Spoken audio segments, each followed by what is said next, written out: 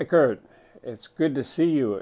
I was thinking the other day we had a great conversation, and we involved Dick, Yep. and Dick Thodel was telling about the beginning of Middlebury Community Television, and he had almost 30 years Yep. in that experience, and it's good that we have a chance now to talk. And we'd like to hear from your view of Sure. what's happening. Sure. It really felt after listening to you and Dick talk that he um, carried the story up to a certain point and you know passed the reins to me in 2017.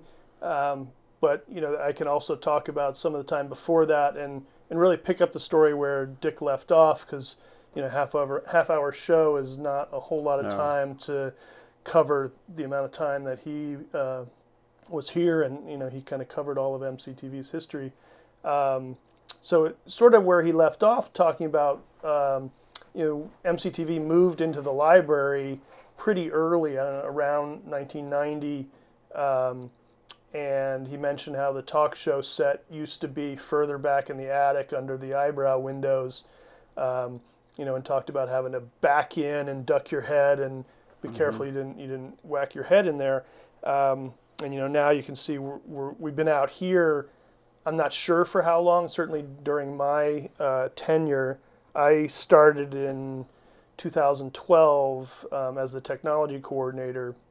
I didn't become director until 2017. But we've been out in this area of the attic since at least 2012. Before I Mm-hmm. don't know how long ago it was before that. But we've been a partner of the library for a long time, and we're not just a tenant. When I came on in 2012, I was hired as the technology coordinator, and that was sort of certainly the first position, and I think real tangible dollars behind it to support the relationship between MCTV and the library. It was a joint position, 50%, 50% from each organization to support media literacy, technology training, both for kids and for adults. And that grew out of, talk in the early 2000s. Both organizations' boards saw the missions, certainly overlapping and maybe merging. We're both MCTV and Ilsley, supportive Mm-hmm. of people's First Amendment rights to, speak their mind, and whether it's in a written form in the library, a spoken video form here at MCTV.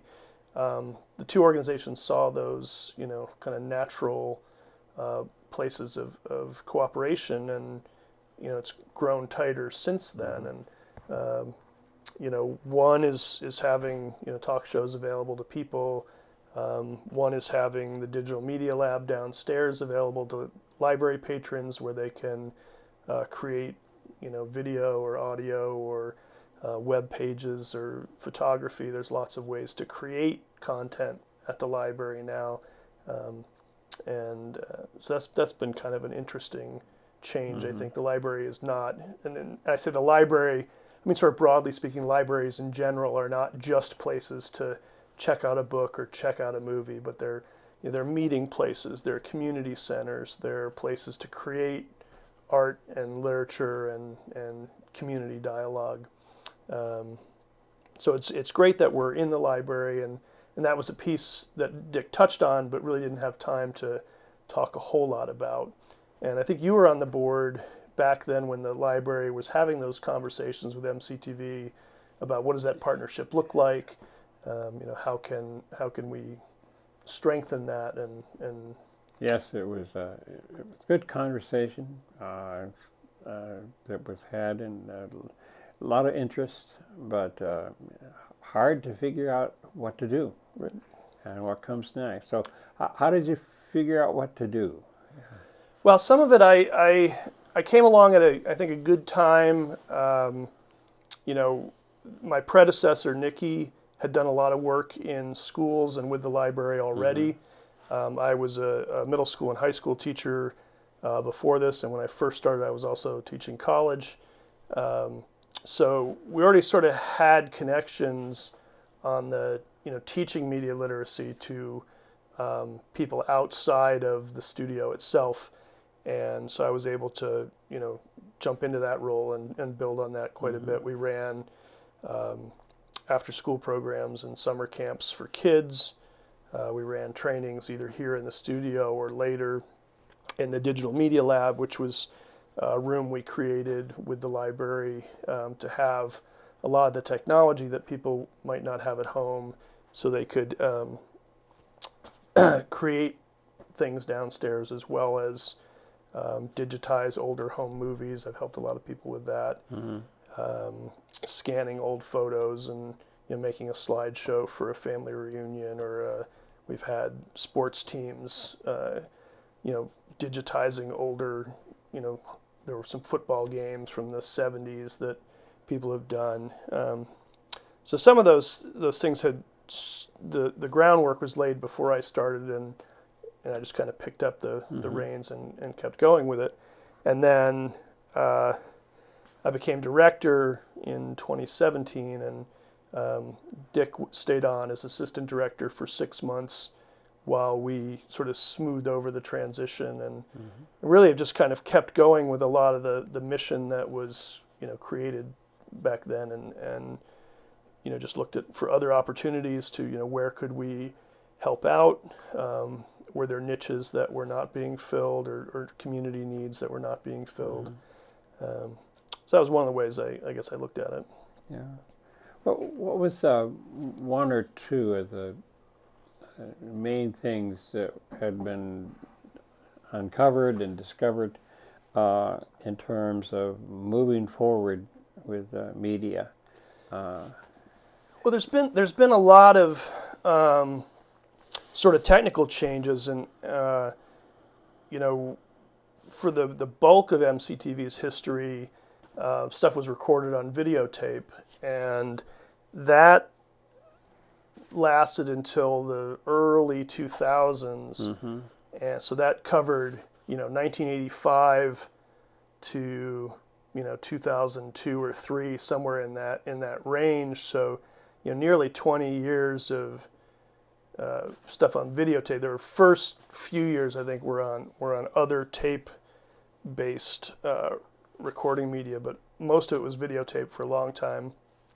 Made the transition to DVDs, which was what we were recording on when I first started, and that didn't last nearly as long as videotapes did. That was phased out in the 2010s, and now everything is on digital files, and that's just sort of one method of sort of gauging the changes. And when the pandemic started, things got really quiet here for quite a while, and we used that time as an opportunity to organize all of our videotapes. We found we've got nearly 4,600 videotapes from that 20-year period, and now those are all organized. There's a spreadsheet listing the show, the episode, the guest. Some of them have more information on it with camera people, or who's interviewed in a show, or who appears in a video that was shot outside. There were some parades that various people who appear in the parade were mentioned, and that got recorded in the spreadsheet. So a lot of those are videos that haven't been seen in years, and we now could go back to them if we need to. And some people just in the last year have called us about looking for old episodes of something for a particular reason, whether it's they were involved with it, or kind of a classic example is when Bernie ran for president. Everyone in the world was looking for video of Bernie, in different contexts, and he'd been in this studio sitting roughly where I am, probably Marching in parades, right, watching parades, being in parades. So people can contact us looking for specifically things that they know we recorded, or sort of broadly hoping that might have been recorded. But now we've got those 4,600 tapes in boxes, organized, spreadsheet searchable. You said DVDs didn't last very long. Well, we didn't last long in terms of us using them. They're going to Okay. last a long time in storage. But if VHS tapes, we recorded on them for 20 years. Video or DVDs probably was on the order of 10 years, maybe, where we were actively recording to that. And now it's all electronic files on hard drives, on YouTube. So there's multiple copies of them at this I point. remember when we went from DVDs, we had a disc to give to somebody at the end of the show. Right. And all of a sudden, there was new cameras. And it was this new experience that was different. And Right, and I really like DVDs as a recording medium, partly for the reason you say, like, you have a hard copy of it at the end of the show, and you can give it to the host, you can give it to guests. When I started, we were recording Festival on the Green on DVDs, and we would be able to, we mastered it to DVD and copied it in moments after the show, and at the end of the night, we were able to give the bands copies of their performance, which sort of astounded them at the time, just because of the quick turnaround. And that was one of the beauties of DVD is, being able to have a tangible copy of it right after the show. it is special when something comes new. Yep. And it's like these rockets going up for 11 minutes and coming back down, and it's a new thing, and there's you've seen that happen a number of times in media, right? Yeah, and now it's I guess there's not as much of the wow factor in you have something at the end of it, but I think especially working with kids for a long time, we would give them DVDs at the end of video camps where they could take it home and watch it with parents, and the level of what people are able to produce now is substantially higher with a lot less work and time involved. And I think that's sort of the wow factor now is, we can, work with kids in, 4th or 5th grade, and they can be producing stuff that you would have thought was done by professionals a few years ago. The sort of barrier to entry is a lot lower now, and by putting in some time and learning some skills, people can produce pretty high quality video products these days. Yeah, I've often wondered, for example, where are all these selfies that people are taking? Do they ever use them to connect with one another? It'll be interesting to see, sort of looking back on this from some future vantage point of, where is all that content? How much of it gets looked at? Does it get pulled into the modern world? Because when I was growing up, my dad took slides all the time on family vacations. And so a few weeks after we got home from vacation, the slides would have come back in the mail, and we'd have a family slideshow on an old, Pull down the shade. pull down the shade and project. And we had a certain amount of, boxes of slides in the attic. That's got to be multiplied something, 100-fold now, where, my phone has probably more on it, over the last couple of years than my dad's entire, photography collection. And then you multiply that times a family, how much of it's seen later? Right. Who knows? And my family was very bad in the sense that they would get up there and show you a picture. They would say, now, if this were just a little lighter, or they'd say, if this was just a little darker. And finally, in one of those sessions, I said, if it's not a good picture, please do not show it anymore. Show us only the ones that do make a difference. Right. And I've actually helped a fair number of people putting together those family slideshows into a modern, viewable way, whether it's bringing in photos and slides and scanning them, then maybe doing some little bit of editing, making a slideshow with some music. I've helped people digitize old family movies. We had one guy who was probably in his early 80s, and he had video, originally it was shot on film in the 50s, I think, when the college still had the ski jumping hills up at the Snow Bowl.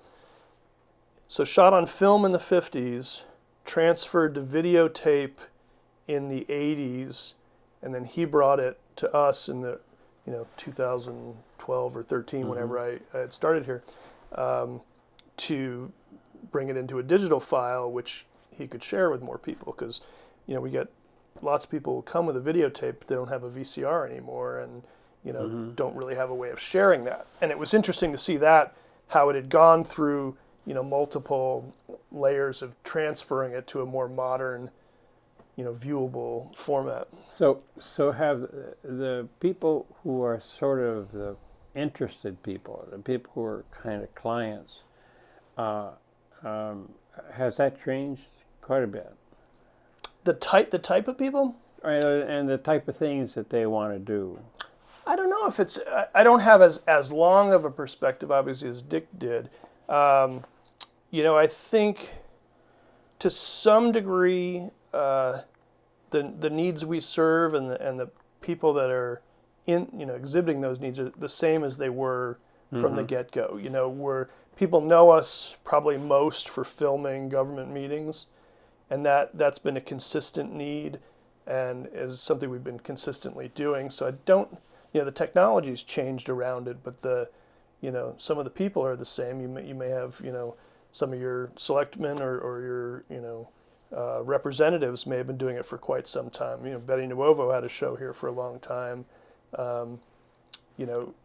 Her show bridged multiple, sort of technology-based eras, but essentially it was the same show all along.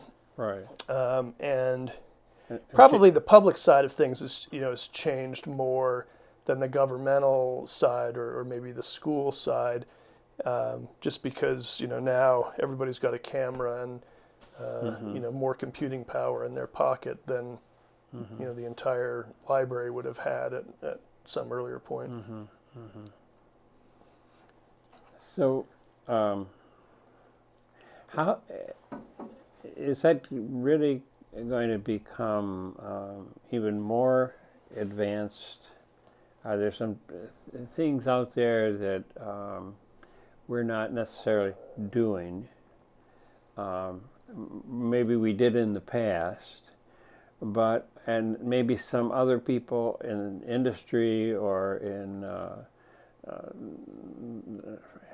other, acts of other presentations. Is that you see us going into those kinds of things? One of the things that's changed a lot recently is just more the interactive piece of video because of the pandemic. There was rapidly a need for people to participate in government meetings from home. Everyone at this point is familiar with Zoom meetings. So the capacity for sort of the two-way exchange of video, that's been something that's more recent, because in the past it was just, we were a fly on the wall, sort of the camera in the corner at a meeting, and people could watch it on cable. Then later they could watch it on cable and the internet. But now things I think they've changed and are not going back, where people will expect to be able to participate in a meeting from home. Robin Shai was just in this morning, and she and I were talking after her show about changes in the State House and how clearly they're able to see, people testifying from anywhere in Vermont, and how much of a convenience that's been compared to somebody driving from Brattleboro to Montpelier or Bennington to Montpelier to testify before a committee for 20 minutes or half an hour, and you spend half the day in the car and finding a parking spot, and then you're in front of the legislature for 20 minutes. And now, they've got multiple screens in conference rooms and are able to, hear from people around the state. And I think that's been a really significant change that is not going to go backwards. There's probably going to be a lot more of that, remote participation in things. That was a question. The continuation of the remote participation, and from all kinds of places, like your kitchen table, right, and your living room, or that's here to stay and to go. Yeah, I'm sure that's here to stay. And there, even in the last couple of years prior to the pandemic, Vermont Interactive Television, which was one sort of system that people were able to participate in, it cost hundreds of thousands of dollars, and had, remote sites that you had to go to meet at a central location. And now the technology's just gone way past that, and everyone's got capacity to do it at home. And really the limiting factor has been, do you have a good enough internet connection wherever you are to do that? That's probably the bigger challenge for Vermont moving forward, is making sure that everybody's got access to participate, whether it's government or kids being able to Zoom into school, or conference with your doctor over. Right. Any comment on the change of the location of our channels from 15 to... Right, so we went from channels 15 and 16 to 1071 and 1091 a couple years ago, as I guess it just finalized last year, as Comcast reorganized things. And it seems like, from what I've heard, people followed us to the new channels okay. The big change, I hope, moving forward from that is, one of the reasons for that was so that we could have HD channels in the future. And that's something now that VAN, the Vermont Access Network, which is kind of the umbrella group that MCTV is a part of, we'll be working to get HD channels for all the public access stations in Vermont, because that's the next technical piece for us that will be important. Are there some old practices that maybe have faded for a while because we're doing new things, that might actually turn out to be something sustained or rediscovered in the future? Anything come to your mind? Well, I don't know about things that have faded out, because if they've faded out, I may not be aware of them. Right. That's why it's good we have a couple of our board members, have been on our board for some time, and having that institutional knowledge is important. I think one of the things that's sort of old school that clearly underlies MCTV and will as we move in the future is the emphasis on local. That's been the reason for what we do right from the beginning, and it's probably the most old school piece of what we do is, we help people produce local content for a local audience, and we share it locally.